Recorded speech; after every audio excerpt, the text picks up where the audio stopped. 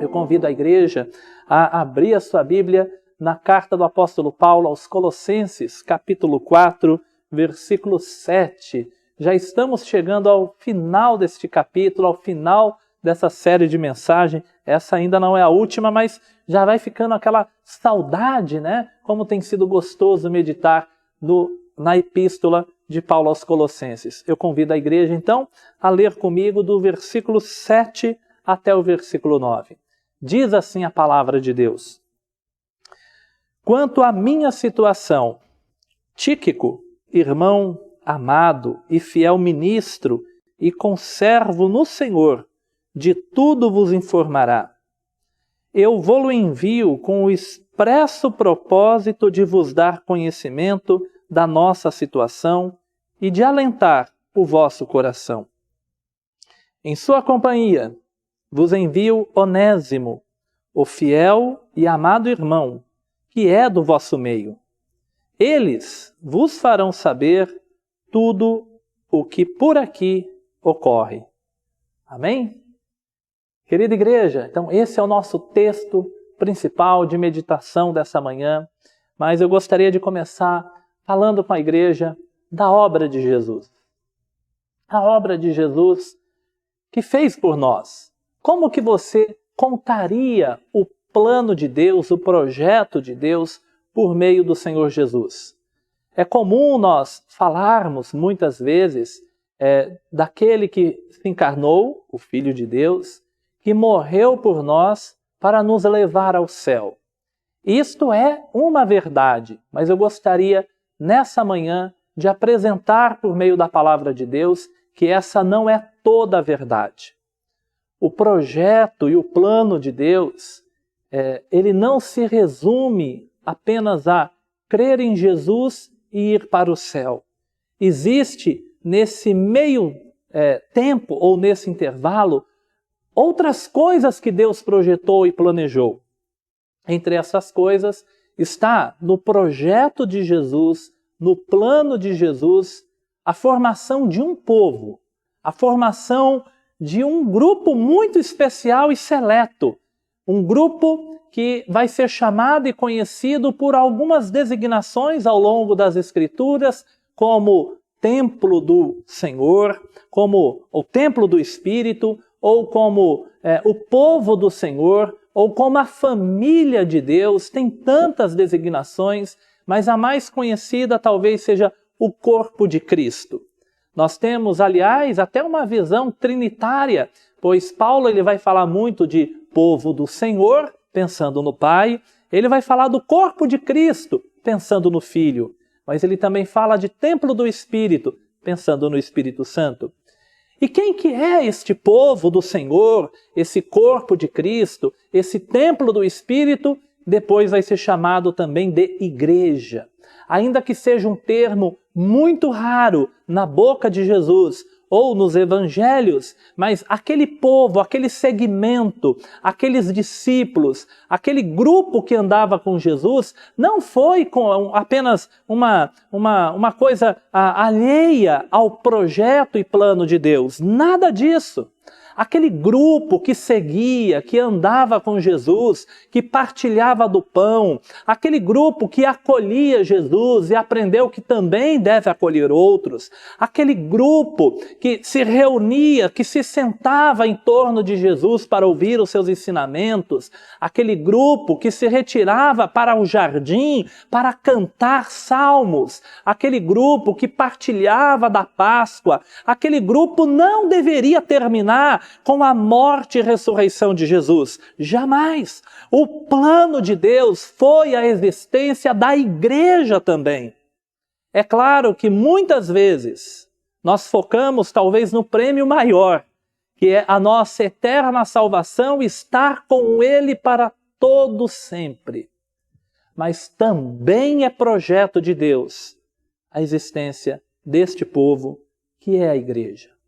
Então, eu quero pensar nesta manhã que a existência da igreja é a realização de uma das partes do projeto de Deus. Não é uma coisa aleatória que aconteceu na história. A existência da igreja, ela é parte do projeto, do plano de Deus em Cristo Jesus. É nele, em Cristo, que é congregado pessoas de todas as tribos, nações e línguas. Mas aqui vai a primeira pergunta. Se a igreja, ela é algo planejado, projetado, desejado por Jesus, vocês sabem que nem sempre os projetos acontecem da forma que alguém projetou.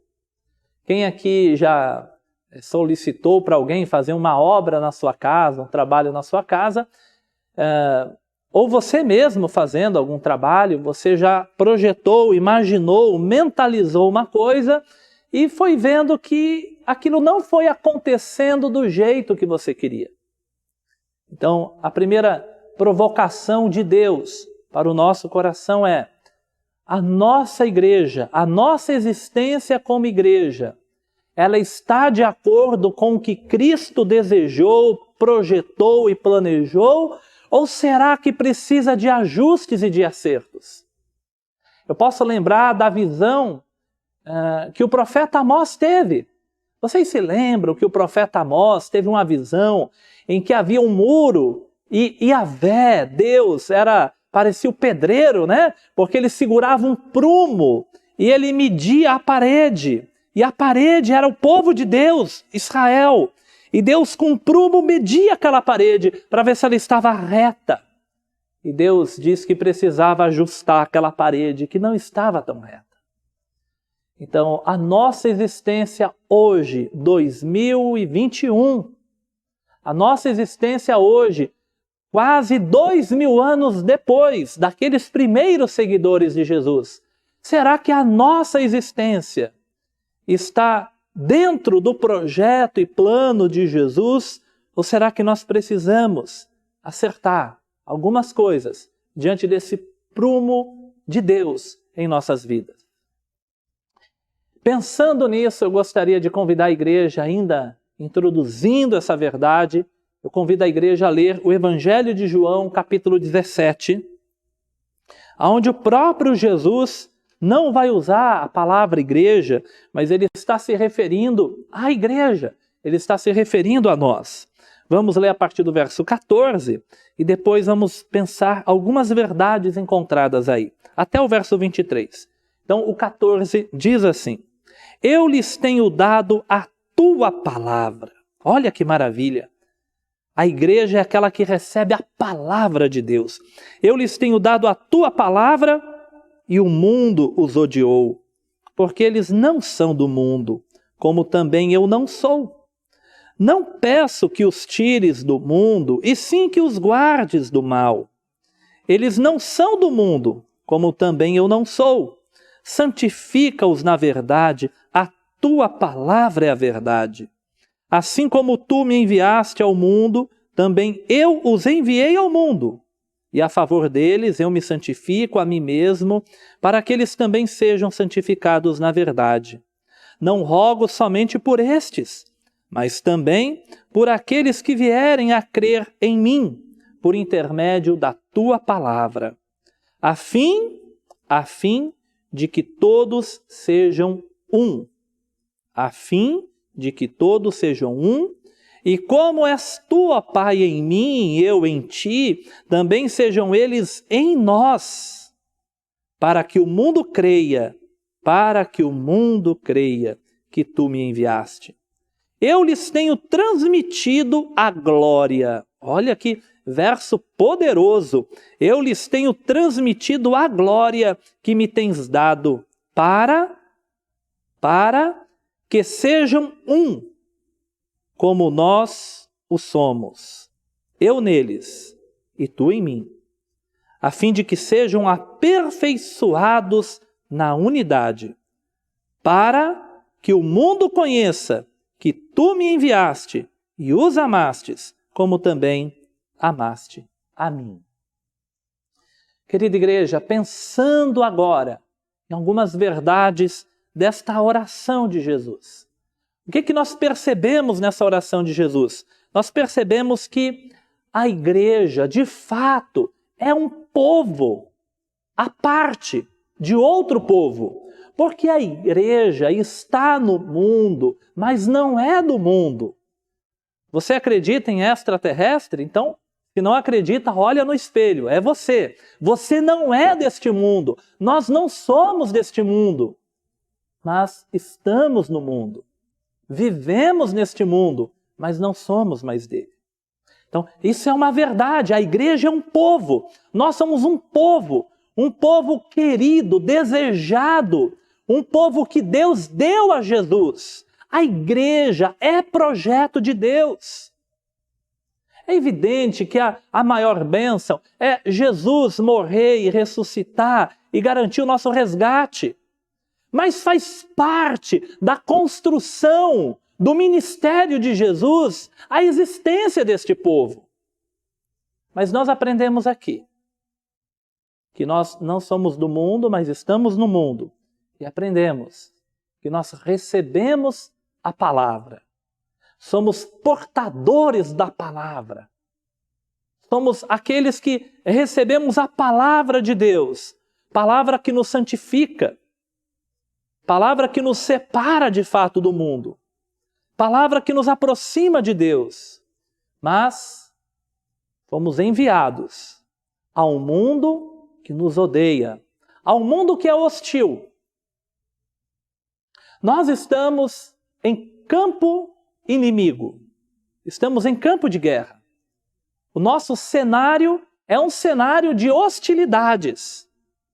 Não adianta ficar esperando do mundo elogios. Não adianta ficar esperando dos sistemas deste mundo, sistemas políticos, sistemas de mídia, sistemas de entretenimento. Não adianta ficar esperando dos sistemas econômicos, de qualquer sistema que seja do mundo.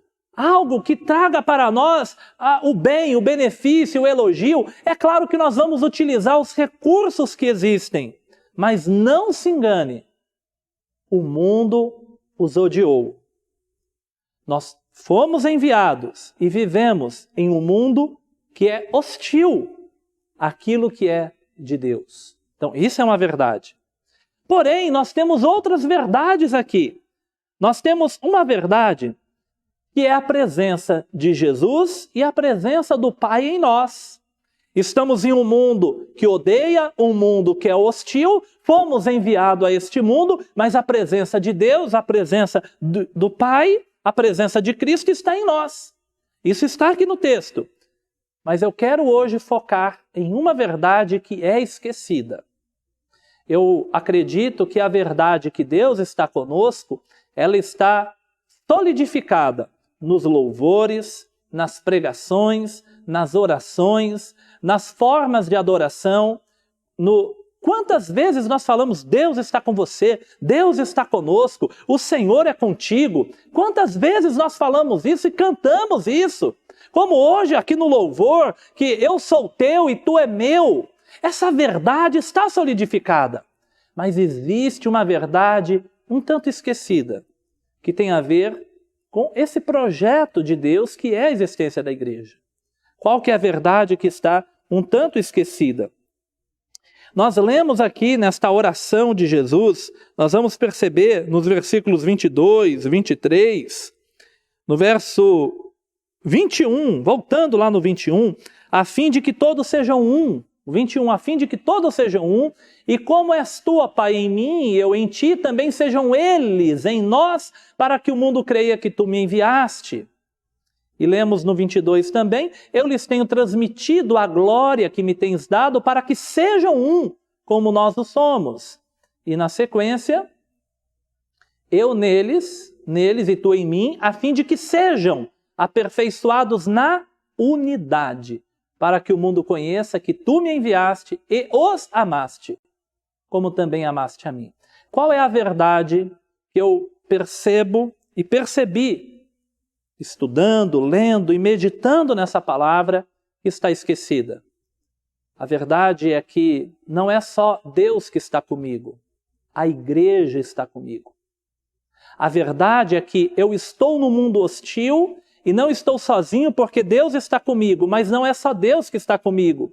Existe uma comunidade comigo, existe um povo comigo, existe a igreja comigo, existe o pastor Fernando, existe o irmão Joel, existe a irmã Eunides, existe o irmão Olinto, o irmão Marcelo, a irmã Paula, existe o irmão Marcos, o irmão Antônio, a irmã Wanda, existe a irmã Giovana, o irmão Guilherme, o irmão Maurício, o irmão Maurílio. Eles estão comigo e eu estou com eles. Nós focamos tanto na verdade que talvez seja mais gloriosa, Deus está comigo, mas esquecemos que a oração de Jesus e um projeto de Deus não é eu e Deus, mas é Deus conosco, é Deus com a igreja, é Deus com o povo, é um povo unido, é um povo que caminha junto, que precisa um do outro. É uma rede de apoio. Este é o tema da nossa mensagem. Rede de apoio. Nós percebemos nesse texto, que é muito curioso, que o mundo, Jesus faz a distinção, né? Mas não acredite que Jesus é exclusivista. Pelo contrário, ele é inclusivista. Por quê? Apesar da igreja não ser do mundo, a nossa unidade pode fazer que o mundo creia. E quando o mundo crer, quem for do mundo deixará do mundo ser e da igreja vai pertencer. Então, é curioso porque não está escrito, apesar de ser verdade também, que o mundo vai crer, não é quando o mundo ver que Deus os ama. Mas o texto ele mostra que quando o mundo ver o nosso amor entre nós e que Deus nos ama, o mundo vai olhar e uma luz vai brilhar e eles vão crer. E esse crer os levará a pertencer a este grupo que nasceu pela fé, a fé no Filho de Deus. Igreja, nós não somos perfeitos. Quem aqui é perfeito, levanta a mão. Nós não somos perfeitos, mas nós lemos aqui, agora, nesse texto que eu repeti, nós lemos que na unidade nós somos aperfeiçoados. Nós lemos, vamos ler de novo, no versículo 23, olha o verso 23. Eu neles e tu em mim, a fim de que sejam aperfeiçoados na unidade, para que o mundo conheça que tu me enviaste e os amaste. Igreja, nenhuma igreja é perfeita. Você já ouviu falar isso? E é verdade, nenhuma igreja é perfeita. Mas toda igreja pode ser aperfeiçoada quando existir unidade. Sem unidade, não haverá aperfeiçoamento. Enquanto nós pensarmos que sou eu e Deus, e eu e Deus, e Deus e eu, nunca atingiremos o aperfeiçoamento. Mas a partir do momento que nós abrirmos os olhos e olharmos que eu conto com Deus, mas eu conto com os irmãos que Deus me deu, então o aperfeiçoamento prometido e orado e desejado por Jesus vai começar a se manifestar, vai começar a acontecer. Será que a nossa frustração de não sermos melhores está por desprezarmos esta verdade de que o aperfeiçoamento ele acontece na unidade? Eu quero crer que todos vocês e eu desejamos uma vida mais perfeita. Mas essa vida mais perfeita, enquanto ela foi isolada, individualizada, ela está fadada ao fracasso. Nós precisamos da rede de apoio, que é o povo do Senhor. Uma rede interligada de apoio que não está fragilizada. E agora eu quero fazer mais algumas perguntas provocativas que o Senhor nos leva a pensar. Eu quero perguntar para a igreja, se você sente que Nova Jerusalém é uma rede de apoio para você. Você sente que a nossa comunidade aqui tem servido de apoio para você? O que é uma rede de apoio? Pessoas que estão ligadas a você com quem você pode contar, em quem você pode se apoiar, que você pode, de alguma forma, depender. Você sente que a nossa comunidade, a nossa igreja é uma rede de apoio para você? E aqui vai a segunda pergunta. Você tem servido de rede de apoio para essa comunidade que você faz parte? Nova Jerusalém? Então, perceba que vai dos dois lados. Nós, Nova Jerusalém, temos sido rede de apoio para você. Você faz parte dessa rede também. Você tem servido de apoio para essa comunidade. E o que nós precisamos fazer para fortalecer essa rede?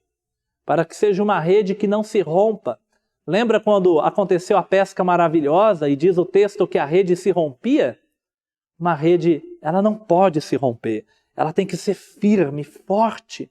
O que você tem feito para solidificar essa rede de apoio? Você sabia que eu sozinho não sou igreja? Você sozinho não é igreja? Se a gente pensar nas figuras de linguagem, nas metáforas aplicadas pelas Escrituras, a família de Deus, existe família com um membro só? O templo do Espírito, existe um templo com um tijolo só? Nós temos o povo do Senhor, existe um povo com um único indivíduo, mas o mais forte, o corpo de Cristo. Um dedo sozinho, uma mão sozinha, um pé, um olho sozinho, é um corpo? Não. O corpo só existe na integração de todos os membros. É na conjunção dos membros que existe o corpo. Então, você e eu somos parte da igreja, mas a igreja, ela só existe enquanto existir essa relação, esta união, essa ligação. Sem ligação, é como um galho tirado da árvore, é como uma mão retirada do corpo. O corpo vai continuar vivo, mas a mão vai apodrecer e vai morrer. Então a nossa existência dentro do plano de Deus é a existência de um corpo, de um povo, de uma família que esteja interligada. Mas se essa rede for frágil, ela pode se romper. Eu quero pensar hoje nesse texto de Colossenses, nessa rede de apoio que existia entre Paulo, Tíquico, Onésimo e Colossenses. Os Colossenses, a igreja que estava em Colosso. Então, Paulo, Tíquico, Onésimo e os Colossenses. E depois o pastor Fernando, em uma outra mensagem, vai apresentar mais pessoas dessa equipe que representava uma rede de apoio. Igreja, para que a nossa rede de apoio esteja solidificada, é isso que nós vamos pedir a Deus nessa manhã e é nisso que nós vamos meditar. Como solidificar, como fortalecer a nossa rede de apoio, a nossa igreja. Primeira coisa que eu percebo aqui é a necessidade de valorizar o irmão, de valorizar a igreja, de valorizar os seus irmãos. Vamos voltar agora ao texto de Colossenses. Um texto pequenininho, vamos encontrar essas verdades aqui. No verso 7. Quanto à minha situação, Tíquico. Quem que é o Tíquico? Paulo não poderia só escrever, quanto à minha situação, Tíquico vai aí falar para vocês? Tem gente que é contra elogio, né? Não, vou elogiar a pessoa vai ficar orgulhosa, né? Todo elogio é só para Deus. Olha como Paulo chama o Tíquico. Ele é irmão, ele é amado, ele é fiel, ele é ministro, ele é conservo no Senhor. De tudo vos informará. Mas tem o elogio para o Onésimo também. Vamos ler lá no verso 9. Verso 9.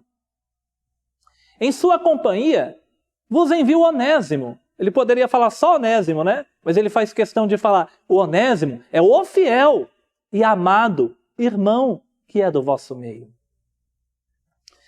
Igreja, Uma rede de apoio, ela é solidificada pelo valor que é dado àqueles que estão conectados com você. O apóstolo Paulo, ele sabia da necessidade de ter apoio. O apóstolo Paulo, uma das mentes mais brilhantes de toda a história. Sem Paulo, a nossa igreja seria outra. Tenta tirar Paulo do Novo Testamento. Veja, a configuração do cristianismo caminharia para outro lado. O apóstolo Paulo é o grande teólogo da igreja. O apóstolo Paulo, é difícil você ler qualquer dogmática, teologia sistemática, qualquer conjunto pode ser do discipulado, escola bíblica, é muito difícil você ter um livro que vai esboçar as principais concepções doutrinárias e não ter Paulo como um dos textos de fundação, base, para entender certas doutrinas, ou grande parte delas. Paulo é essa mente que Deus escolheu, que Deus levou a progredir e trouxe uma clareza para o Evangelho. Mas Paulo escreve grande parte dos seus textos preso. E um preso que escreve, nada vai chegar ao seu destino. Tudo que Paulo escreveu precisava de uma rede de apoio para levar adiante. E Paulo continha essa verdade no seu coração. E ele não apenas contava com pessoas para fazer esse serviço, que não apenas levava a mensagem, mas repercutia a mensagem. Quando nós lemos, por exemplo, para Timóteo, que ele diz que o que eu te entrego, Timóteo, também passa para outros homens que vão instruir ainda outros homens. Então Paulo sabia que a existência da igreja, do seu ministério, passava por uma rede solidificada, fortalecida e firme. E para isso acontecer, é importante valorizar aqueles que formam esse conjunto. E ele vai chamar esses irmãos. Você é fiel, você é amado, você serve comigo, você é ministro. Você é bendito do Senhor. E a pergunta é, nós temos valorizado os nossos irmãos? Nós temos valorizado o nosso pastor, nós temos valorizado os nossos professores de escola bíblica, o nosso coordenador, nós temos valorizado a equipe técnica, nós temos valorizado a zeladoria, os irmãos que atendem no estacionamento, o corpo diaconal, nós temos valorizado os membros da igreja, aqueles que não estão ativos em um ministério visível, mas estão aqui congregando, louvando a Deus, se expressando. Qual é o valor que nós entregamos ao nosso irmão? Será que é um valor que fica só dentro de nós? Que nós não conseguimos expressar para que ele se sinta valorizado? Você já pensou ouvir do apóstolo Paulo? Aliás, não ouvir, mas ficar registrado na Bíblia para todo mundo ler. Olha, eu fui chamado de fiel, de amado, de irmão, de conservo, de ministro. Está lá na Escritura. Sabe quem eu sou? Eu sou o Tíquico. O que a gente sabe do Tíquico, irmão? O que a gente conhece de Tíquico? Sabe o que a gente conhece? Que ele era irmão, que ele era amado, que ele era fiel, que ele servia junto com Paulo. Esse é o Tíquico. E Paulo valorizou o Tíquico. E Paulo valorizou o Onésimo, que nós vamos falar um pouco mais dele a seguir. Paulo fez, quando Paulo escreveu na carta, Paulo fez com que eles se sentissem aquilo que Paulo valorizava neles. Talvez no seu coração você valorize o pastor, a equipe da diretoria, a equipe diaconal, você valoriza o seu irmão em Cristo, talvez você valorize aqui. Mas você não fez ele se sentir assim.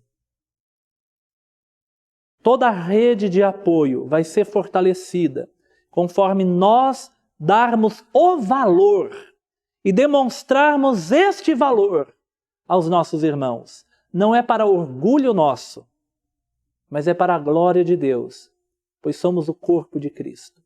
Não se esqueça que a própria glória de Deus, dada a Jesus, Jesus, ele fala, olha que coisa difícil, mas Jesus que fala. A glória que me deste para mim, Jesus, eu tenho transmitido para eles. Jesus fala isso, a fim de que eles sejam unidos, fortalecidos e que o mundo creia que tu me enviaste. Nós temos uma segunda verdade aqui. Nós temos a verdade de acolher. O acolhimento, ele fortalece uma rede de apoio. Nós temos uma verdade nas entrelinhas. Qual é a verdade nas entrelinhas que nós temos aqui? Paulo está escrevendo e na sua carta ele diz, olha, eu estou enviando para vocês o Tíquico. Receba o Tíquico. Naquela época, assim como hoje acontece com muitos missionários, né? Essas viagens, a pessoa ia para outro lugar, não ficava hospedado em um hotel, ele tinha que ser acolhido pela comunidade. E a comunidade nem templo tinha, era na casa mesmo que aconteciam as reuniões, os cultos, né? E esse acolhimento, eu estou enviando para vocês o Tíquico. Mas aqui comigo, e Paulo estava preso, aqui conosco, ele põe um nós ali, porque Paulo está com Epáfras, lembra acho que foi a primeira pregação dessa série, o Epáfras é que levou o evangelho para Colossos e que notificou Paulo. Então Paulo está com uma equipe grande ali. Paulo está preso, mas a igreja que o cerca, nós não temos certeza aonde que Paulo está preso, se é Roma, se é Éfeso, mas Paulo tinha um suporte da igreja daquela cidade. E Paulo fala, aqui conosco está o Onésimo. Ele é de vocês, mas ele está aqui. Aquele que é de vocês foi acolhido aqui. Eu estou mandando o Tíquico junto com o Onésimo. Agora acolha o Tíquico. É isso que nos solidifica, é acolher, acolhimento. Hoje nós vivemos uma outra dinâmica. Nem sempre precisamos acolher na nossa casa missionários ou pessoas que vêm de fora. Mas existem tantas outras formas de acolher. Aquele que sofre a perda de um ente querido, qual que é o acolhimento que nós damos? Aquele que padece de uma tristeza pelo desemprego, pela falta de sucesso na vida profissional, aquele que está padecendo uma doença, uma enfermidade, que segue uma luta de muitos anos, com uma doença, com o mal que lhe incomoda. Aquele que passa por as mais diversas aflições. Qual é o tipo de acolhimento que você, que a nossa comunidade tem dado? Sabe o que acontece quando não acolhemos? A rede fica fraca, ela vai se romper. Mas quando as pessoas se sentem acolhidas, a rede fica mais juntinha, fica mais unida e é difícil se romper. O acolhimento, ele fortalece a nossa rede de apoio, que é o corpo de Cristo. O corpo é tão acolhido, né, que os membros eles não saem aí andando sozinho por aí. Acolhimento. O acolhimento, ele é fundamental e ele é importante.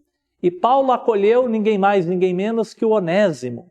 Vamos lembrar quem era o Onésimo? Esse Onésimo, nós conhecemos um pouco melhor sobre ele em Filemão. É a carta de um capítulo só, né? Nem aparece lá o número do capítulo. Mas vamos lá, o versículo 10. Sim, solicito-te em favor de meu filho Onésimo, meu filho Onésimo, que gerei entre algemas. Agora o versículo 15. Versículo 15. Vamos ler aí do 15 até o 17. Pois acredito que ele veio a ser afastado de ti temporariamente, a fim de que o recebas para sempre, não como escravo. Antes, muito acima de escravo, como irmão caríssimo, muito caro, caríssimo, especialmente de mim, e com maior razão de ti, quer na carne, quer no Senhor. Se, portanto, me consideras companheiro, recebe-o como se fosse a mim mesmo. Olha que coisa impressionante. Olha o acolhimento que Paulo deu para este homem. Quem era o Onésimo? O Onésimo também não existe uma clareza de toda a biografia desse Onésimo, mas é um escravo que fugiu. Esse escravo fugiu e de alguma forma ele foi parar onde Paulo estava, e Paulo estava preso. Não sabemos se ele foi preso, foi capturado e foi colocado em uma cela junto com Paulo, para depois ser devolvido ao seu senhor. Não há clareza biográfica, tá? Nós não temos certeza de tudo, mas o fato é que, de alguma forma, o escravo fugitivo parou diante de Paulo. E Paulo diz que agora ele é o meu filho, que eu gerei com as minhas algemas. Mesmo algemado, a palavra nunca está presa. Mesmo algemado, me nasceu um filho na prisão, é Onésimo. E Paulo escreve ao Filemão e diz: Filemão, receba o Onésimo. Mas Filemão, não receba mais como escravo. Você vai receber o Onésimo. Paulo está elevando esse escravo. Agora, esse escravo você vai receber como irmão. Mas não é qualquer irmão. É um irmão caríssimo, muito caro. Lembra daquele louvor antigo? Irmão, você sabe o valor que tem uma alma? É um irmão caríssimo. Muitas vezes nós não enxergamos que o nosso irmão, ele é caríssimo. Ele é caríssimo. O projeto de Deus, Jesus morre na cruz. Não é morrer na cruz, crê em Jesus e vai para o céu. Jesus morre na cruz, creia em Jesus, faça parte da igreja, do conjunto de comprados do Senhor. E este povo vai refletir a glória de Deus para que o mundo creia e se congregue mais pessoas. E então, um dia, ele voltará para nos buscar. Mas hoje nós precisamos dessa rede de apoio. O seu irmão, ele é caríssimo. Acolha o seu irmão. Ele pode ser o escravo, graças ao Senhor. Hoje não temos mais a escravidão, mas o Onésimo seria aquele mais inferior na sociedade da época. Aqui na igreja não tem o gari, o médico, o professor, o teólogo, o cantor, o prefeito, o presidente. Aqui na igreja somos membros uns dos outros e corpo do Senhor. Aqui na igreja somos irmãos caríssimos. Mas Paulo faz questão de dizer que não é só no Senhor, como se fosse só aqui na hora do culto. Ele fala é na carne também. Ou seja, é neste mundo físico, material, da nossa convivência diária, que agora você vai olhar para o Onésimo não como escravo, mas você vai olhar para o Onésimo como irmão. E se não está suficiente, trata o Onésimo como se você estivesse me tratando, eu, Paulo. Como você trataria uma pessoa assim, proeminente da história da igreja, que te visitasse? Quais são as pessoas assim proeminentes da história da igreja que você admira? Eu admiro muito o John Wesley. Eu admiro muito George Miller. Eu admiro muito o Billy Graham, Martin Luther King, o Martinho Lutero, John Crisóstomo, Tertuliano. Quantas pessoas da história da igreja? William Taylor. O pai das missões modernas. Quantas pessoas da igreja você olha assim, seus olhos brilham? Ou pessoas da Bíblia? Paulo, João, Pedro. Já pensou você receber Pedro? Você falar, Pedro, me conta os detalhes. Quando você ficou preso e você estava todo acorrentado com soldados, as correntes caíram, o portão se abriu, um anjo te chamou. Me conta, Pedro, como foi isso. Paulo está falando, eu, Paulo, que você gosta muito, recebe o Onésimo como se fosse a mim mesmo. Sabe o que Paulo está fazendo? Paulo está acolhendo um escravo, que agora não é mais escravo, é irmão. E Paulo solta esse escravo e manda para o seu antigo dono. E fala agora, o acolha, como se você estivesse me recebendo na sua casa. Acolhimento fortalece igreja, fortalece rede de apoio, fortalece a nossa existência no projeto de Deus. Nós aprendemos aqui que precisamos também da unidade, a união. Ser unido aos irmãos fortalece a rede de apoio. Então, valorizar, acolher e estar unido. Não existe igreja sem união. A união, o que a união faz? Açúcar, né? Essa piada é antiga, desculpa. É coisa de professor, tá? Mas o que a união faz? A união integra. A união completa. O que faz a desunião? Ela separa, ela fragmenta. Rede de apoio. O que a união faz? Rede forte. O que a desunião faz? Rompimento. Rasga, não segura, não retém, não apoia, não acolhe. Igreja, uma coisa só é completa se estiver tudo unido. Sabe o quebra-cabeça? Todas as peças unidas formam a imagem. Se uma faltar, não existe a plena união. Paulo está estabelecendo aqui união. A união da igreja onde ele se encontrava, talvez Roma, talvez Éfeso, Jerusalém, talvez não, mas Paulo ficou preso em tantos lugares, né? Mas a união da onde Paulo estava com os colossenses. E o que fortalece essa união? Um de lá é acolhido aqui, um daqui é mandado para lá. Vocês repararam essa verdade nesse texto? Eu estou enviando Tíquico. O Tíquico, ele é parte do ministério de Paulo. Mas tem um de vocês aqui, tá? E ele vai junto. A união, ela dá sentido ao todo. A igreja, ela não veio existir para estar separada. A igreja existe para estar unida. Sem união, não há inteireza. É rede furada, é rede rasgada, é rede rompida. Vamos falar um pouquinho do Tíquico agora? Eu quero ler com vocês Efésios, capítulo 6, versículo 21 e 22. Olha o Tíquico, né? São personagens da Bíblia que às vezes passa batido, né?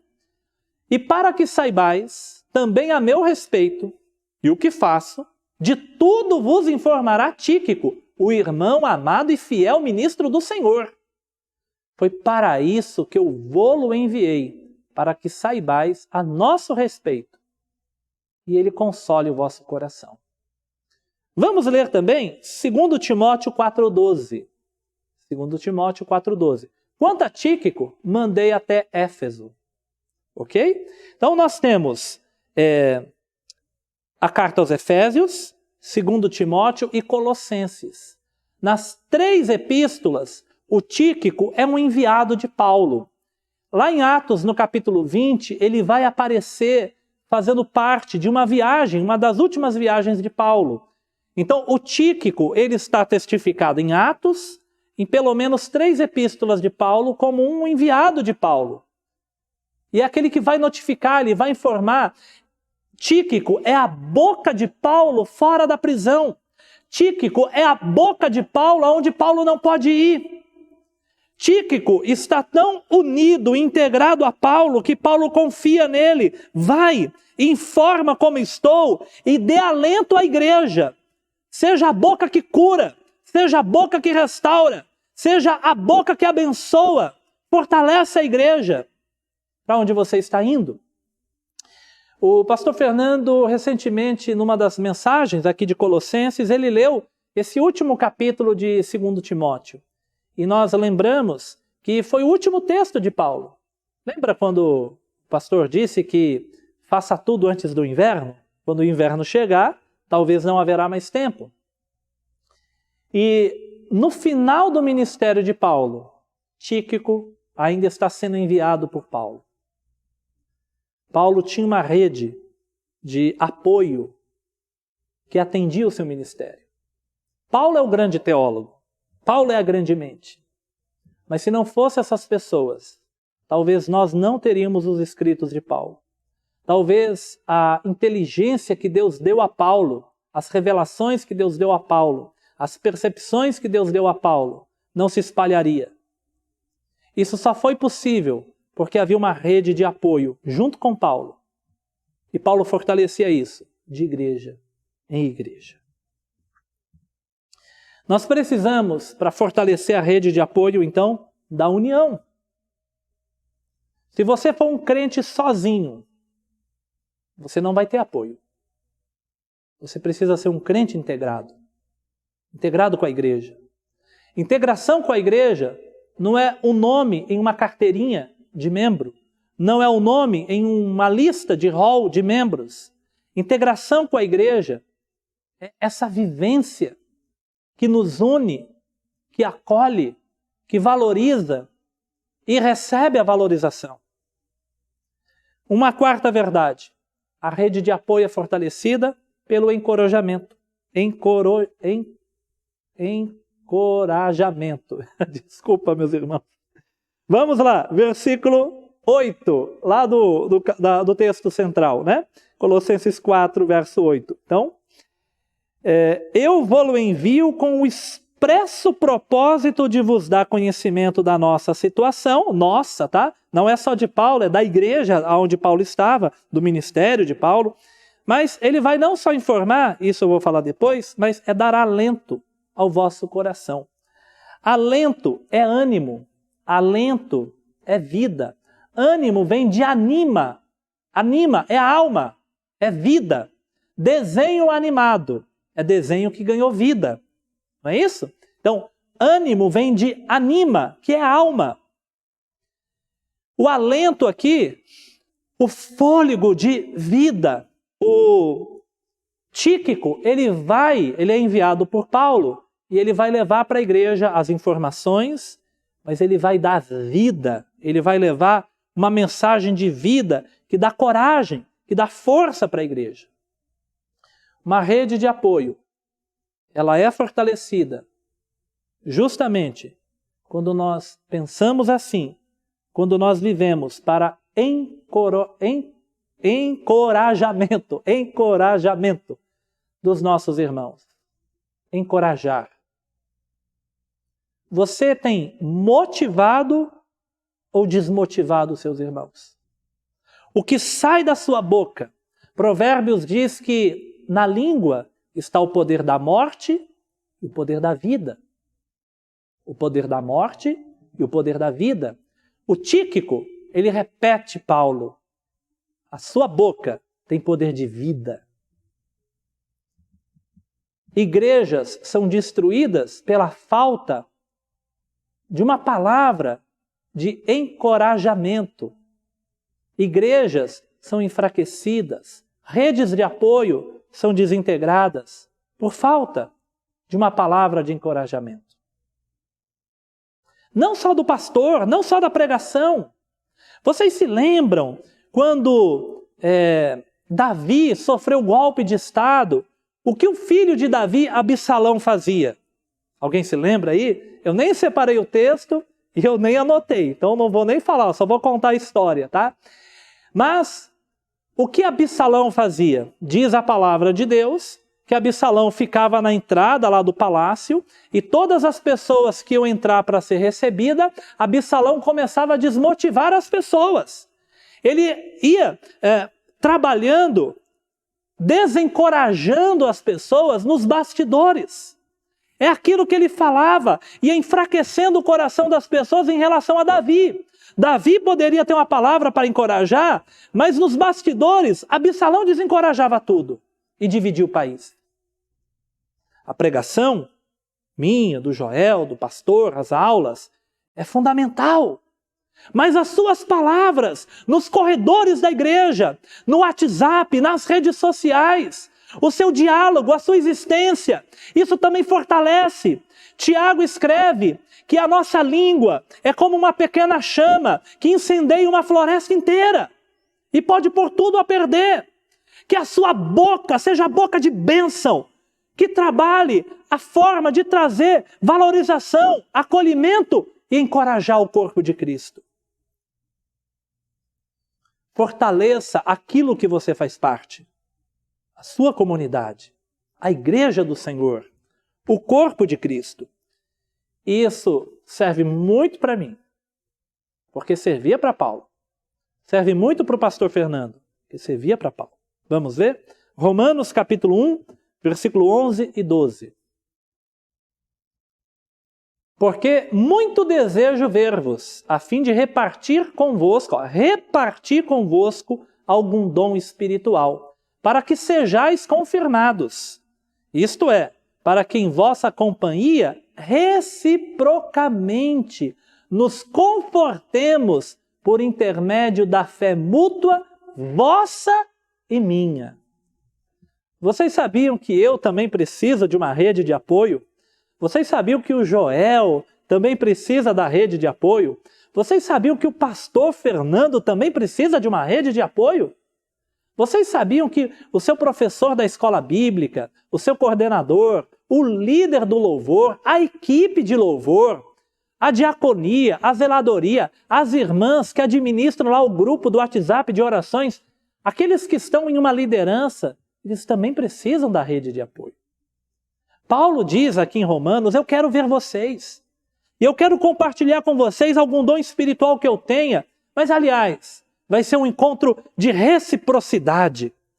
A minha fé com a vossa fé. E mutuamente nós vamos ser fortalecidos.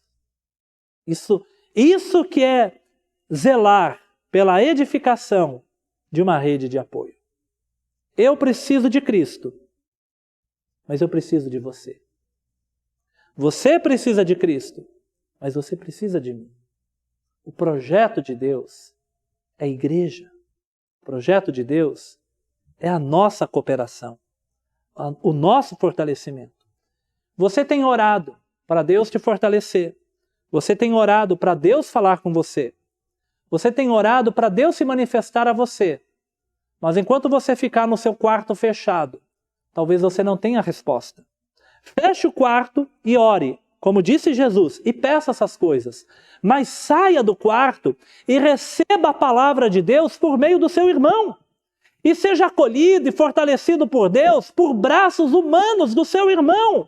Porque o plano de Deus não é de uma igreja fechada num quarto, mas é de uma igreja que converge, que forma essa rede de apoio, que mutuamente se abraça, se fortalece, se consola, chora junto e ri junto, que está vivendo nessa sintonia.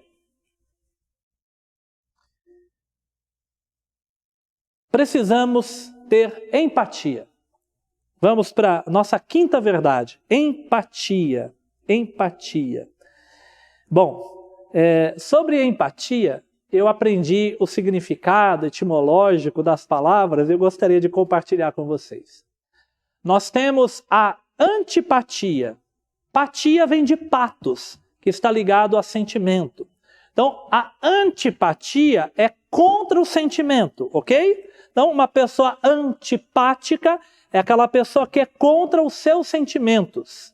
Ter antipatia é ter aversão ao sentimento do outro. Isso é o antipático. Apático, apatia, esse A é de negação. É da indiferença, não é o da oposição. O apático é aquele que é indiferente. Você, para mim, não faz nenhuma diferença. Então, antipático é contra. O apático é o indiferente. Aí nós temos o simpático. O simpático é a ideia de estar junto, lado a lado, estamos juntos. Esse é o simpático. Mas a empatia requer uma profundidade muito maior. A empatia é a capacidade de se colocar no lugar do outro. O que nós temos sido? Antipáticos, nós ficamos contra a igreja, contra o irmão, nos posicionamos contra? Ou será que somos apáticos? Para mim é indiferente o que acontece com o meu irmão. Será que somos apenas simpáticos, estamos juntos, mas sem participar efetivamente? Eu até me solidarizo com você, eu te compreendo, eu sou simpático a você. Mas o empático, ele consegue se colocar no lugar do outro. A empatia é como Paulo diz, recebo o Onésimo como se fosse a mim mesmo. Filemão, o Onésimo, agora é um irmão caríssimo. Receba ele como se fosse a mim. Olha para o Onésimo e me veja na pessoa dele. Mas para ter empatia, é preciso informação, é preciso conhecimento. Você sabia que você tem que se meter na vida dos outros? É verdade. A igreja que não se mete na vida dos outros não é igreja. Como assim me meter na vida dos outros? É verdade. Na vida dos outros vamos meter a nossa colher. Por quê? Qual que é o problema de se meter na vida dos outros? É aquele que vem para atrapalhar, aquilo que vem para destruir, aquele que vem para causar uma fofoca, aquele que vem para fazer o que não deve. Mas a Bíblia ensina a ajudar, a amar, a orar, a fortalecer, a acolher, a encorajar. Estou acertando agora, hein? A participar. Isso é se meter na vida dos outros. Paulo estava preso. Enviaram uma vez uma oferta para Paulo. Se meteram na vida de Paulo. Paulo está preso. Eu vou escrever para os colossenses. Eu vou me meter na vida deles. Paulo viu que a igreja de Coríntios brigava. Era uma divisão só. Onde tem corintiano, tem briga. Onde tem coríntios, né? Paulo sabia da briga. Vou escrever para eles. Vocês não podem agir assim. Eu vou me meter nessa briga de vocês. Gálatas. Vocês vivem se mordendo uns aos outros. Eu vou me meter na vida de vocês. Vou levar uma palavra que traga a união. A gente precisa se meter na vida dos outros para levar o fortalecimento, pois somos rede de apoio. Nós vamos encontrar aqui Paulo sendo informado da vida dos colossenses. No capítulo 1, versículo 3, vamos lembrar alguns textos aqui de Colossenses. Damos sempre graças a Deus, Pai de nosso Senhor Jesus Cristo, quando oramos por vós. Agora, o verso 4. Desde que ouvimos da vossa fé. Nós ouvimos sobre vocês. E agora nós já damos graças sobre vocês. Da fé que vocês têm. Agora, o versículo 7. Segundo fostes instruídos por Epáfras, nosso amado conservo, e quanto a vós outros, fiel ministro de Cristo, o qual também nos relatou do vosso amor no Espírito. Por esta razão, também nós, desde o dia que ouvimos, não cessamos de orar por vocês, por vós, e de pedir. E aí ele faz toda aquela descrição do que ele vai pedir pelos colossenses. No nosso texto central, aqui do verso 7 ao 9, 2 vezes Paulo diz que o Tíquico está indo e ele vai informar vocês a minha situação. E depois ele fala no verso 9, com ele vai Onésimo, e os dois, eles, vão falar sobre a minha situação. A empatia, para acontecer, nós precisamos da informação. Eu preciso saber o que se passa na sua vida, para que eu possa me colocar no seu lugar. Você precisa saber o que se passa comigo, para você se colocar no meu lugar. Essas informações que Paulo recebeu, produziu a oração. Eu oro por vocês. Produziu um texto bíblico. Eu escrevo para vocês. Produziu o envio de um irmão que vai fortalecer vocês. Mas não fica só eu sabendo de vocês não, tá? Eles vão contar a nossa situação. E eu acredito que agora iria acontecer o oposto. A igreja dos Colossenses iria orar por Paulo, iria abençoar Paulo, iria socorrer Paulo, iria ajudar a igreja da comunidade onde Paulo estava preso. Você precisa ter conhecimento da vida do seu irmão e da sua irmã, no sentido de ser o irmão, de ser a família, de ser o amigo, de ser o próximo. É claro que, infelizmente, você talvez não possa se abrir a todos, né? A igreja tem dezenas de milhares, de milhões de membros, né? Mas dentro da comunidade, você precisa de irmãos com quem você possa se abrir. Tenha sabedoria em buscar em quem. Mas você precisa aqui na comunidade, na igreja. Você precisa de irmãos para quem você possa abrir o coração. Para quem você possa dizer as suas tristezas, suas amarguras, seu sofrimento. Para que esse irmão seja um apoio para você, para te trazer alento, para te trazer cura, para te trazer fortalecimento. Talvez a igreja de Colossos orava a Deus, nos dê um alento, e esperava uma manifestação misteriosa. Mas de repente é Tíquico que chega para falar e dar alento. Você ora e pede a Deus. E você espera que Deus, numa nuvem de fogo, apareça para você, numa sarça ardente, apareça para você e fale com você. Eu não duvido das manifestações misteriosas de Deus. Mas isso são fatos pontuais na história, e pode acontecer na nossa história, mas são fatos pontuais.